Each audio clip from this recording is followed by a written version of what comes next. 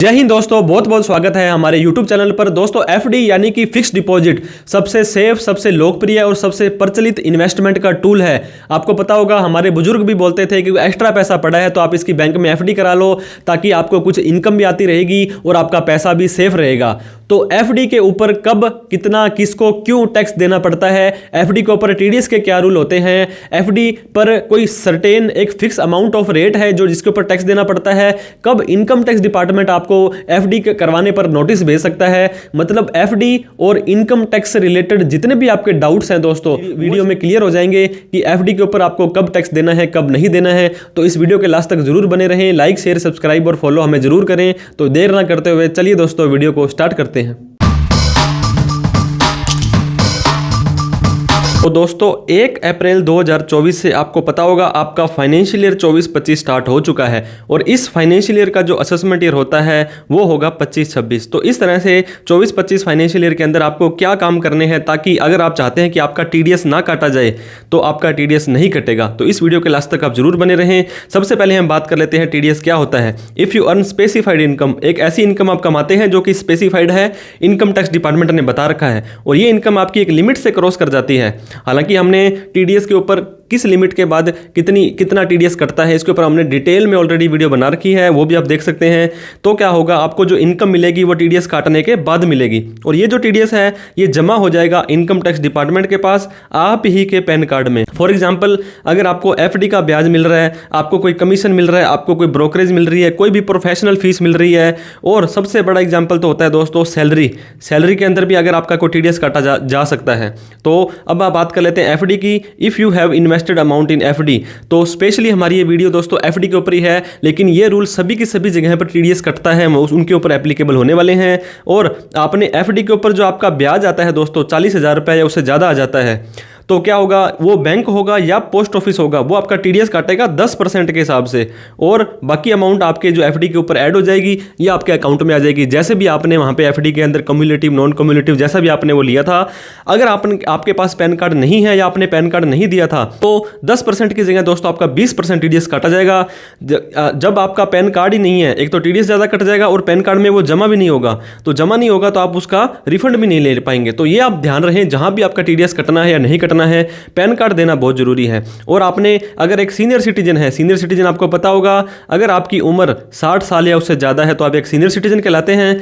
आपके ये लिमिट 40,000 की जगह 50,000 रुपये ये लिमिट होने वाली है। सेम टीडीएस 10% कटेगा। पैन कार्ड नहीं देते हो तो 20% टीडीएस कटेगा और ये कटा हुआ टीडीएस आप रिफंड भी नहीं ले सकते हैं अगर आप अपना पैन कार्ड नहीं देते हैं तो टाइप्स ऑफ एडवांस टैक्स होता है दोस्तों, सेक्शन 194A की बात कर लेते हैं, जो बात करता है एफडी के इंटरेस्ट के ऊपर। जो भी आपको इनकम हो रही है, इंटरेस्ट हो रहा है, उसके ऊपर टीडीएस काटेंगे। तो ये एक टीडीएस होता है आपका, ये एक तरह से एडवांस टैक्स ही होता है कि आपने ही एडवांस में टैक्स भर दिया है।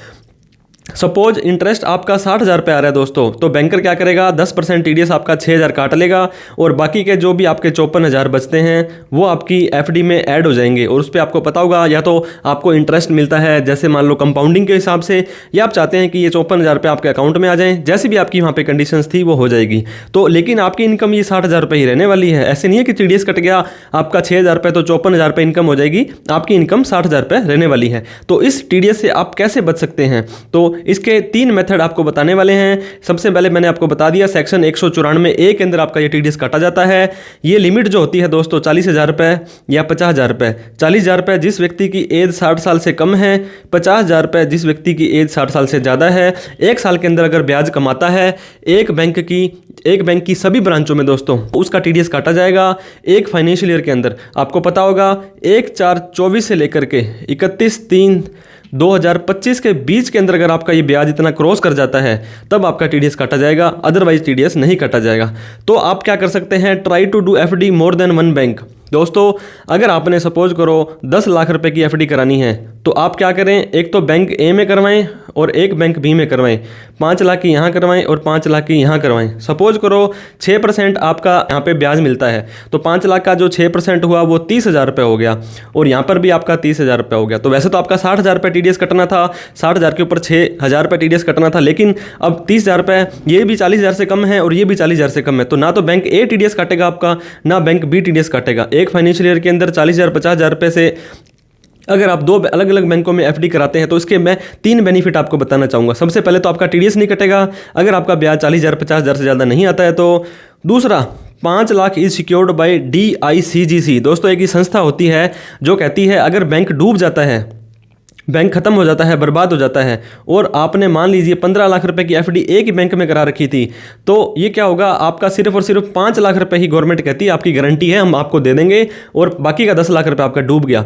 लेकिन आपने 3 बैंकों में 5-5 लाख रुपए करवा रखे थे तो ये भी पैसा आपको मिलेगा, ये भी मिलेगा और ये भी मिलेगा। वैसे तो ऐसी कोई नौबत नहीं आती है, बहुत सेफ और सिक्योर है, आरबीआई वगैरह काफ़ी कंट्रोल करते हैं इनको, लेकिन फिर भी ऐसा कुछ होता है तो एक तो आपका टीडीएस नहीं कटेगा क्योंकि आपका ब्याज 40,000 या 50,000 से कम आ गया है, और दूसरा 5 लाख रुपए हर बैंक के अंदर सिक्योर है, और तीसरा और सबसे इंपॉर्टेंट दोस्तों, इनकम टैक्स डिपार्टमेंट को रिपोर्ट नहीं जाएगी, क्योंकि आपको पता होगा एसएफटी होता है जो उसके अंदर एक जो बैंकर होता है वो सूचना देता है कि इस व्यक्ति ने 10 लाख से ज़्यादा की एफडी कराई है।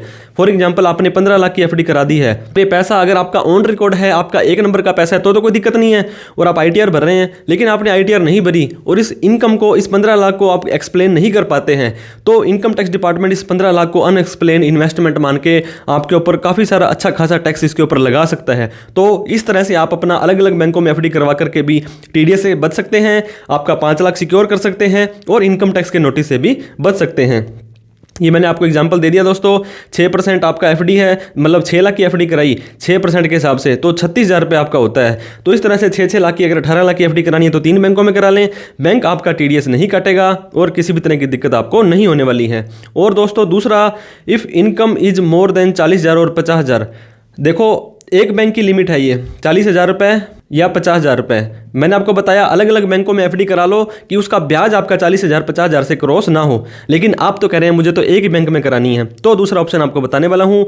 आपकी अगर overall income basic exemption limit से कम है, बेसिक एग्जम्पशन लिमिट कितनी होती है, 2.5 लाख रुपए, 3 लाख रुपए या 5 लाख रुपए। अगर आप ओल्ड टैक्स रिजाइम में जाते हैं और आपकी उम्र 60 साल या उससे कम है तो 2.5 लाख रुपए है, 60 से 80 वालों के लिए 3 लाख है, 80 साल से ज़्यादा वालों के लिए 5 लाख रुपए है। और इसके लिए दोस्तों इस 2.5 लाख, 3 लाख, 5 लाख के अंदर आपको जो 5 लाख रुपए वाली लिमिट, आपको पता होगा ओल्ड टैक्स रिजाइम में 5 लाख रुपए इनकम टैक्स फ्री है, लेकिन 87A का बेनिफिट आपको यहाँ पे नहीं लेना है। ये ग्रॉस टोटल इनकम की बात करता है, मतलब अगर आपकी इनकम 2.5 लाख से ज़्यादा चली जाती है फिर तो आपके लिए नहीं है। अगर आपकी इनकम 2.5 लाख से कम है ओल्ड टैक्स रिजाइम के अंदर तो क्या होगा दोस्तों, आपका इंटरेस्ट अगर 40 या 50,000 से ज़्यादा भी चला जाता है लेकिन आपकी इनकम बेसिक एग्जम्पशन लिमिट से कम है, ये न्यू टैक्स रिजाइम के अंदर 3 लाख रुपए है। अभी मैंने आपको बताया 2.5 लाख, 3 लाख, 5 लाख वो तो ओल्ड में है, और न्यू के अंदर 3 लाख रुपए अगर आपकी इनकम उससे कम है। अब आपको लोगे सर 7 लाख रुपए तो टैक्स फ्री है न्यू टैक्स रिजाइम में, लेकिन इसको आप फिर से छोड़ दीजिए, सेक्शन 87A को आपको ध्यान में नहीं देना है। सिर्फ और सिर्फ बेसिक एग्जम्पशन लिमिट है, जो आईटीआर भरने की जो लिमिट होती है, अगर उससे आपकी इनकम कम है, ओल्ड के अंदर तो 2.5, 3, 5, और न्यू के अंदर अगर आपकी 3 लाख से कम है, मतलब आपकी लाइबिलिटी नहीं है इनकम टैक्स रिटर्न भरने की, तो फॉर्म 15G आप सबमिट कर सकते हैं। अगर आपकी उम्र 60 साल या उससे कम है, फॉर्म 15H सबमिट कर सकते हैं अगर आपकी एज 60 साल या उससे ज़्यादा है। Form 15G non senior citizen के लिए, 15H सीनियर सिटीजन के लिए। तो ये एक रिक्वेस्ट होती है नॉन डिडक्शन ऑफ टीडीएस कि भाई साहब मेरा टीडीएस आप मत काटें क्योंकि मेरी इनकम तो 2.5 लाख रुपए से कम है, मुझे आईटीआर भरने की जरूरत ही नहीं है, तो आप मेरा टीडीएस क्यों काटते हो। तो इस केस में क्या होगा दोस्तों, अगर आपकी इनकम, आपका जो ब्याज आता है एफडी का वो 2 लाख रुपए भी होता है तो भी आपका कोई टीडीएस नहीं काटा जाएगा, क्योंकि आपकी जो इनकम है वो बेसिक एग्जम्पशन लिमिट से कम है। लेकिन ध्यान रहे दोस्तों, अगर आपकी इनकम 2.5 लाख से या 3 लाख से ज़्यादा चली जाती है तो आप ये फॉर्म नहीं दे सकते हैं। बहुत सारे लोग ये आर्ग्यू करते हैं कि हमने तो, हमारी इनकम 6,90,000 रुपये है और न्यू टैक्स रिजाइम में 7 लाख तक कोई भी टैक्स नहीं है, तो हम ये फॉर्म 15H देंगे, 15G देंगे। तो दोस्तों ऐसा कुछ नहीं लिखा है, लेकिन एज पर रूल आप ये फॉर्म नहीं दे सकते हैं। क्यों नहीं दे सकते हैं, क्योंकि ये फॉर्म वही व्यक्ति दे सकता है जिसकी इनकम बेसिक एग्जम्पशन लिमिट से कम है, मतलब जिसको आईटीआर भरने की रिस्पॉन्सिबिलिटी नहीं है। तो 690 तो आपकी 3 लाख से ज़्यादा चली गई है, तो आईटीआर भरनी तो आपके लिए मैंडेटरी थी, तो ये फॉर्म नहीं दे सकते हैं। लेकिन कुछ लोग जाने अनजाने में ऐसी गलती कर देते हैं। If both option is not applicable to you, दोस्तों अगर आपको मैंने बताया अलग अलग बैंक में भी आप एफडी नहीं करवाना चाहते हैं, करवाते हैं तो वहाँ भी टीडीएस कट रहा है, या फॉर्म 15G या 15H आपके ऊपर एप्लीकेबल नहीं है, और आपका ब्याज 40,000 50,000 से ज़्यादा जा रहा है, इनकम आपकी बेसिक एग्जम्पशन लिमिट से कम है, लेकिन ओवरऑल इनकम आपकी 5 लाख से कम है, या आप ओल्ड न्यू टैक्स रिजाइम में जाते हैं तो 7 लाख तक है, 7 लाख से भी कम है, तो आपको पता होगा सेक्शन 87A बोलता है कि आपको कोई भी टैक्स नहीं देना है, लेकिन आप ITR भरें और अपना TDS रिफंड करवा लें, मतलब आपके अकाउंट में वापस आ जाएगा। और आपका अगर आपका टैक्स बनता है कोई वहाँ पे करने के लिए तो इस TDS को आप इस्तेमाल कर सकते हैं, यूज़ कर सकते हैं। दोस्तों ये मैंने आपको 5 लाख और 7 लाख वाली लिमिट बताई है, इसको आप जरूर ध्यान में दें क्योंकि टैक्स तो नहीं लगेगा लेकिन ITR भरनी आपके लिए मैंडेटरी हो जाने वाली है। एक और डिसएडवांटेज मैं बताना चाहूँगा, सपोज करो आपका 5वें महीने में 30/5/2024 को TDS कट गया और आपकी इनकम भी मतलब टैक्सेबल नहीं बनती थी। अब क्या होगा दोस्तों, आपके बाद में 5वें के बाद में 6, 7, 8, 9, 10, 11, 12, 1, 2, 3, 31, 3, 25 को जब आपका साल खत्म होगा, मतलब 11 महीने खत्म हो जाएंगे, उसके बाद आप अपनी ITR भरेंगे और उसके बाद ही आपको ये रिफंड मिलेगा। मतलब गलती से भी आपका TDS कट गया तो आपका TDS 1 साल बाद आपको मिलने वाला है, लेकिन ब्याज आपको जरूर मिलेगा। 1/4/2025 से जितना भी लेट आएगा उस पर 6% के हिसाब से आपको पर मंथ के हिसाब से आपको ब्याज मिलेगा, लेकिन फिर भी आपका जो TDS है काफ़ी लेट हो जाएगा, आपका पैसा अटक जाएगा। तो अब FAQs दोस्तों, what is the perfect time for submission this form. ये जो फॉर्म 15G या 15H देना है ये कब देना है, आपको पता होगा हर साल की ये लिमिट होती है। जो भी आपका TDS कटेगा ये एनुअली कटता है। अगर आपने 5 साल की FD करवा रखी है तो आप ये मत सोचेगा कि मैंने एक बार दे दिया तो आपकी 5 साल के लिए टेंशन फ्री हो गई। आपका 1 साल खत्म हुआ, फिर दूसरा साल आपका स्टार्ट हो जाएगा, फिर आपको देना पड़ेगा। तो ये सजेस्ट किया जाता है कि आपको beginning of the financial year दोस्तों आप अपने बैंक में विजिट करें। 1/4/2024 को तो आपका बैंक बंद रहेगा, आप 1 तारीख को, 5 तारीख को, 10 तारीख को, क्योंकि अप्रैल महीने से ही आपका TDS कटना लग जाएगा। अप्रैल का जो TDS है दोस्तों वो 7 मई तक इनको काट करके जमा करवाना होता है। हालांकि ये जो TDS आपका अप्रैल, मई और जून क्वार्टर का होगा वो आपका जुलाई तक वहाँ पे अपडेट होता है, क्योंकि ये TDS की रिटर्न क्वार्टरली जाती है, फिर भी आपका TDS मंथली काट लिया जाता है। तो आप कोशिश करें साल के स्टार्टिंग में ही आपका जो फाइनेंशियल ईयर है अप्रैल में ही इस फॉर्म को आप जमा करवा दें। लेकिन ऐसा नहीं है कि अप्रैल में जमा नहीं कराया तो आप अप्रैल, मई, जून, जुलाई में नहीं करा सकते हैं, आप कभी भी दे सकते हैं। लेकिन अप्रैल में नहीं करवाया, अप्रैल का TDS आपका उन्होंने काट लिया तो फिर आपके लिए थोड़ी सी दुविधा हो सकती है। अगर आप फॉरगेट कर गए, ये मैंने फिर बता रहा हूँ, अगर आपने अपना जो फॉर्म 15G या 15H है वो आप भूल गए वहाँ पे देना, तो आप क्या कर सकते हैं, आपका TDS काटा जाएगा। TDS काटा जाएगा तो फिर आप ITR भर के उसको रिफंड ले सकते हैं। Submit the form immediately to stop TDS। मैंने आपको बताया अगर आप अप्रैल में नहीं दे पाते हैं और अप्रैल का तो कट गया है तो कोई दिक्कत नहीं है, जागो तभी सवेरा। आप मई के अंदर ये रिक्वेस्ट कर दें तो 1 महीने का कट गया, कोई दिक्कत नहीं है, बाकी 11 महीने तो आपका TDS नहीं काटा जाएगा। इफ़ फॉर्म गिवन 15G या 15H फॉर्म बैंक को दिया था, आपको पता होगा बहुत सारे बैंक वाले क्या करते हैं, ये फॉर्म आपने दिया, उन्होंने टेबल पर रख दिया, या तो ये उड़ के नीचे चला गया या डस्टबिन में डाल दिया या ऐसे वैसा हो गया और ये फॉर्म आपका सॉफ्टवेयर के अंदर फीड नहीं हो पाया, तो आप अपनी इनकम टैक्स रिटर्न भरें और इसको रिफंड ले लें। और एक काम और कर सकते हैं, आप उस बैंक को रिक्वेस्ट करते हैं, अगर bank within due date कोई ऑप्शन वहाँ पे होगा तो आपका जो ये TDS है इसको अपडेट कर देगा। हो सकता है कि आपका TDS कटा हुआ वापस भी वो करवा सकते हैं। अगर पैन नंबर नहीं दिया है तो ये बहुत बड़ा चिंता का विषय है दोस्तों। वैसे तो बहुत सारे लोगों के लगभग 65-70 करोड़ लोगों के पैन कार्ड बने हुए हैं, लेकिन इंडिया की आबादी तो 100-150 करोड़ के लगभग है। पैन नंबर नहीं दिया तो आपका TDS 10 की जगह 20% काटा जाएगा। तो आप अपने FD कराते समय ही पैन कार्ड बनवा लीजिए, वहाँ पे दे दीजिए, क्योंकि आपका पैन ही नहीं होगा तो TDS ज़्यादा कटेगा और वो जमा भी नहीं होगा आपके पैन कार्ड में, कोई एडजस्टमेंट नहीं किया जाएगा। तो आफ्टर ऑब्टेनिंग पैन, बैंक को बोलो क्या होता है दोस्तों, आपका पैन कार्ड नहीं था, ये बहुत लोगों का इशू आया था, और आपका FD करवा रखी थी, उन्होंने 20% TDS आपका काट लिया और वो जमा करवा दिया इनकम टैक्स को, लेकिन आपके पैन कार्ड में वो जमा नहीं हुआ क्योंकि आपका पैन कार्ड ही नहीं था, तो आप इसे रिफंड नहीं ले पाएंगे। आपको पता लगा 2 महीने, 4 महीने, 6 महीने बाद, तो आप क्या करें, अपना नया पैन कार्ड इमीडिएटली बनाएं, 2-3 घंटे में बन जाता है दोस्तों। और बैंक को बोलें कि प्लीज़ ये मेरा पैन कार्ड आ गया है, अब इस 20% को या तो आप 10% करें या 20% पड़ा रहने दें, लेकिन मेरे TDS में, मेरे पैन कार्ड में, मेरे फॉर्म 26A के अंदर प्लीज़ इसको शो करवा दें, क्योंकि क्या होगा कि मैं जब रिटर्न भरूंगा तो मेरे को ये यहाँ पे क्लेम मिल जाएगा। तो उनको बोलें आप अपनी TDS की रिटर्न है उसमें अपडेट कराएं, क्योंकि TDS की रिटर्न बैंक खुद नहीं भरता है, मतलब ब्रांच वाले, ये उनके हेड ऑफिस से ऊपर से होता है। तो आप उनको रिक्वेस्ट कर सकते हैं कि प्लीज़ मेरा TDS जो है ना काटा जाए, काट दिया है तो उसको पैन कार्ड में अपडेट कर दिया जाए। When this form can not given, मैंने आपको बताया 15G 15H नहीं दिया जा सकता अगर आपकी इनकम बेसिक एग्जम्पशन लिमिट से कम है, जो कि 2.5 लाख रुपए है और 3 लाख रुपए है न्यू टैक्स रेजाइम में। तो ये आपको सेलेक्ट करना पड़ेगा कि कौन से टैक्स रिजाइम में आपने जाना है। उससे अगर इससे आपकी इनकम ज़्यादा आ जाती है, इसका मतलब क्या है, आपको ITR भरनी ज़रूरी है। आपका टैक्स 5 लाख या 7 लाख तक माफ़ है, ठीक है वो बात, लेकिन आपकी इनकम 2.5 या 3 से ज़्यादा चली जाती है तो ITR मैंडेटरी है। ITR मैंडेटरी है तो फिर आप ये TDS क्यों नहीं कटवा रहे हैं, ये इसका मतलब होता है।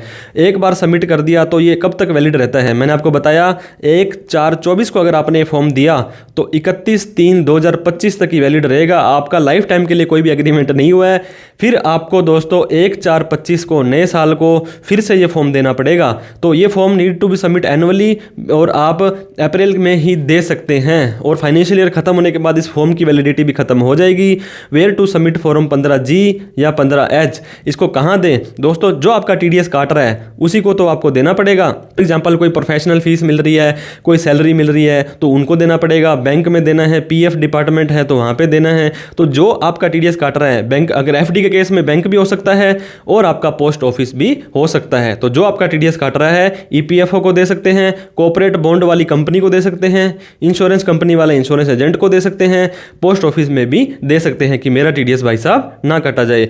और इसको ऑनलाइन भरना है या ऑफलाइन भरना है दोस्तों, आजकल डिजिटल जमाना है, ऑनलाइन जमाना है, तो ऑनलाइन इस फॉर्म को इंटरनेट बैंकिंग वगैरह से भर सकते हैं। नहीं तो ऑफलाइन भरना है तो आप बैंक में जाएं, वो आपको फॉर्म देंगे, उस फॉर्म में कुछ इन्फॉर्मेशन भरनी है, आपके साइन करने हैं, फिर आप इसको सबमिट कर सकते हैं।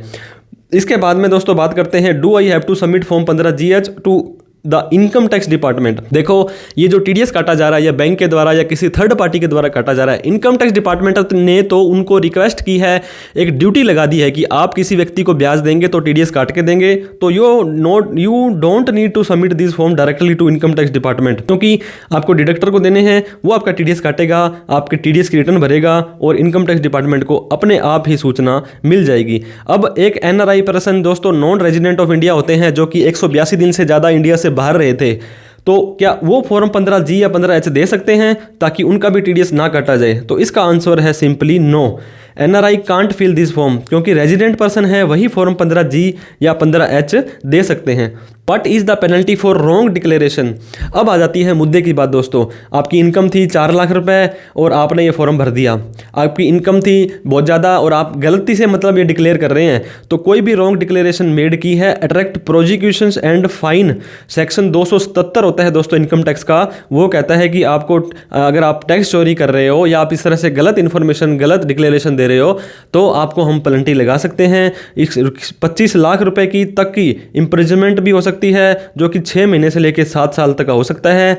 दोस्तों अदर केस के अंदर इम्प्रिजनमेंट रेंज होती है 3 महीने से लेकर के 2 साल तक की। मेरा उद्देश्य आपको डराना नहीं है, आपको मिसगाइड करना नहीं है, लेकिन रूल ये कहता है कि आपके ऊपर अगर दोस्तों फॉर्म 15G या 15H की लिमिट एप्लीकेबल नहीं होती है, आपकी इनकम ज़्यादा है, तो आप ये फॉर्म मत दें, क्योंकि करने वाले तो ये कर रहे हैं। 5 लाख वाला भी फॉर्म 15GH दे रहा है और सबमिट भी हो रहे हैं और उसका TDS भी नहीं काटा जा रहा है, लेकिन फंडामेंटली ये सही नहीं है। हम आपको ये गाइड करते हैं, लीगल रहिए, लॉयल रहिए, अगर आपके ऊपर एप्लीकेबल होता है तभी आप इसको भरिए। क्या HUF भी फॉर्म 15G 15H भर सकता है? Form 15G can be submitted by both HUF and an individual. अगर आप एक पर्सन है और एक आप HUF है, HUF की सहायता से टैक्स बचाया जाता है, आपको हमने ऑलरेडी कई वीडियो में बताया है, लेकिन फॉर्म 15H नहीं दे सकते हैं। आपको पता है 15G तो 60 साल से कम वालों के लिए है और 15H 60 साल से ज़्यादा वालों के लिए है। तो HUF जो होती है वो 60 साल से कम या ज़्यादा वाला या सीनियर सिटीजन का कोई कंसेप्ट नहीं होता है, तो सिर्फ और सिर्फ फॉर्म 15G HUF भी दे सकता है। वीडियो लगी अच्छी तो लाइक करें, सब्सक्राइब नहीं किया है तो प्लीज़ सब्सक्राइब करें, हमारा हौसला बढ़ाएं दोस्तों। इस वीडियो को उन सभी लोगों में शेयर करें जिनकी बैंक में FD है, स्पेशली सीनियर सिटीजन लोग, रिटायर पर्सन लोग, पेंशन वाले लोग। इनको दोस्तों अगर आपकी सैलरी या पेंशन की इनकम आ रही है प्लस में आपने FD का ब्याज भी आया है, ये दोनों मिलकर के 2.5 लाख 3 लाख से ज़्यादा चले जाते हैं, तो आप ये फॉर्म सबमिट मत करवाएं दोस्तों। कोई डाउट क्वेरी क्वेश्चन रह जाती है, वीडियो अच्छी लगी हो, बुरी लगी हो, जैसी भी लगी हो, आप प्लीज़ हमें बताया करें ताकि हमें भी पता लगे, हमारा भी फीडबैक मिले। वीडियो देखने के लिए बहुत बहुत धन्यवाद। Thank you so much. जय हिंद, जय भारत।